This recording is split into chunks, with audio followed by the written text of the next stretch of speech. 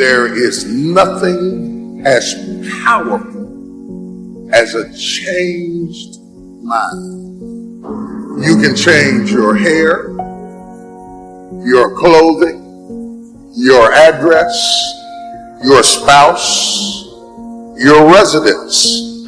But if you don't change your mind, the same experience will perpetuate itself over and over again, because everything outwardly changed, but nothing inwardly changed.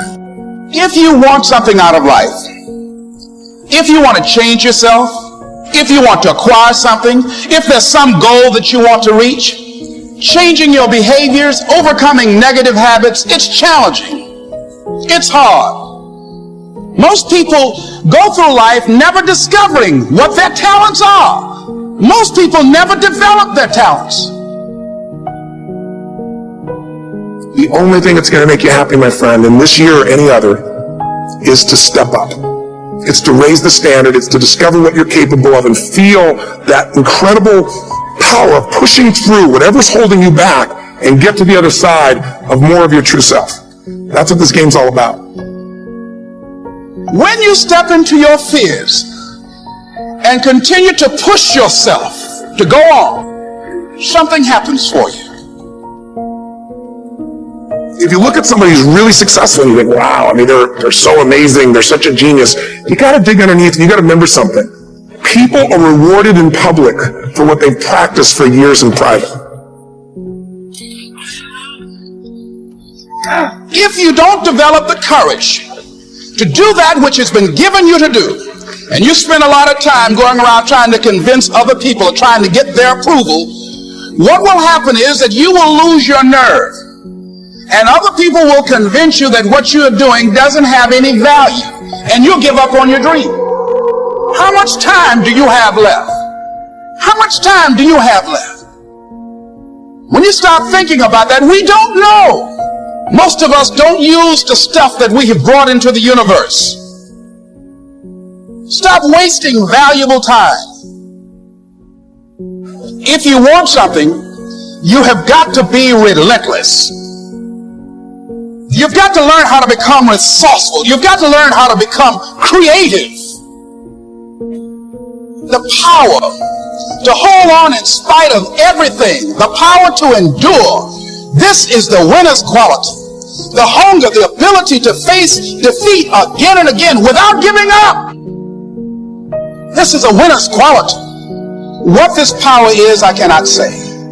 All I know is that it exists, and it becomes available only when a man or a woman is in that state of mind in which he or she knows exactly what he or she wants and is fully determined not to quit until they find it. There's greatness in you, and you've got to learn how to tune out the critics outside and the critic inside. I'm going to harness my will, and I'm not going to let anything stop me. I deserve this. Most people give up on themselves easily. You know the human spirit is powerful. There's nothing as powerful. It's hard to kill the human spirit. You are unstoppable. Live your life with passion, with some drive.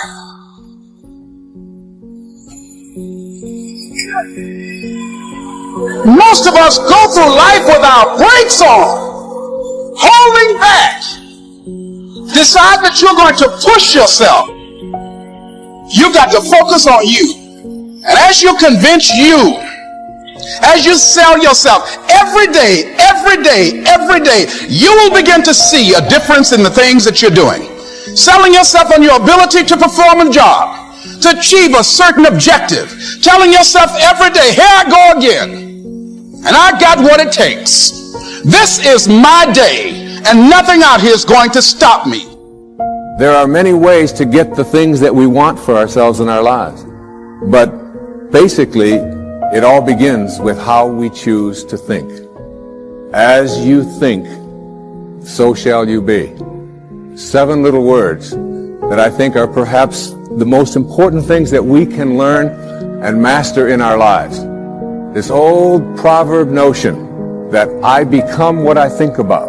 all day long. One of the major things Shoaff taught me when I met him, he said, poor thinking habits keeps most people poor.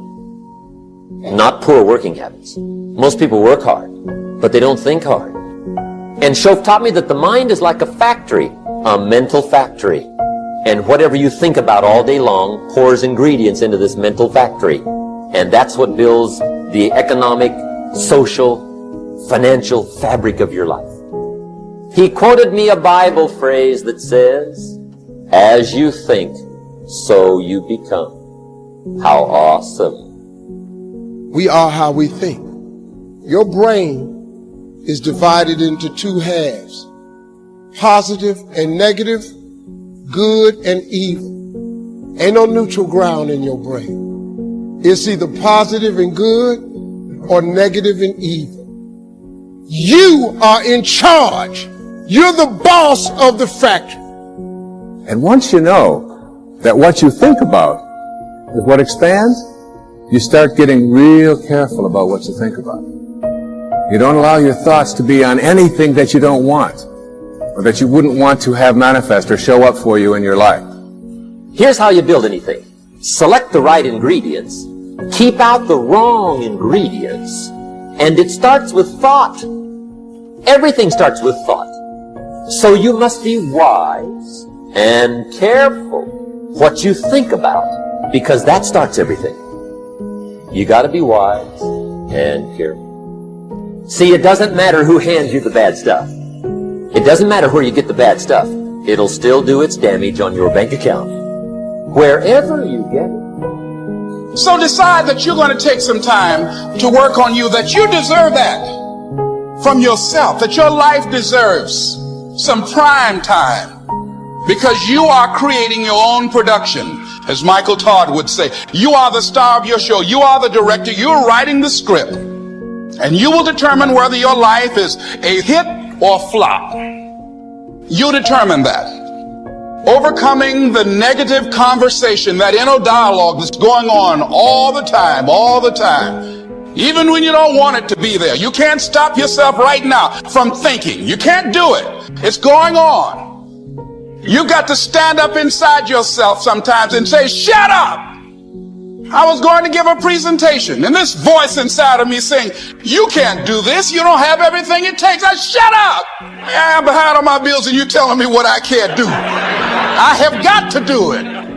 That's why you've got to learn to make a conscious, deliberate, determined effort to stand up inside yourself. Working on yourself, watching that inner dialogue, it will determine the quality of your life. I don't believe this. I know this. Let me show you how this works. You wake up in the morning and you say, man, I don't feel myself today. I got up on the wrong side of the bed. I'm not a morning person. Man, I hate my alarm clock went off this morning. I got to get out here in this traffic. I'm going to drive down here today. I don't even like these people on my job. And on and on and on. And your day starts tumbling into what you ordered at the top of the day. You could wake up in the morning and you say, you know what? Today is going to be a great day today. I expect something really good to happen for me today. Man, thank you, Lord, for waking me up this morning. Same brain. Man, I can't wait to go to work today. It may not be the job I want, but at least I got a job. I'm so grateful I got a car to drive to work today. Hey man, at least I got a check coming in. I sure want to thank you, Lord, for this roof over my head today.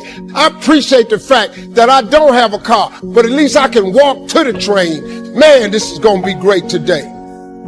That's how your mind works 24/7. It never turns off. Our lives are mostly affected by the way we think things are, not the way they are. The way we think they are affects us most. You have got to change the way you think. It is the whole determining factor of where you go in life.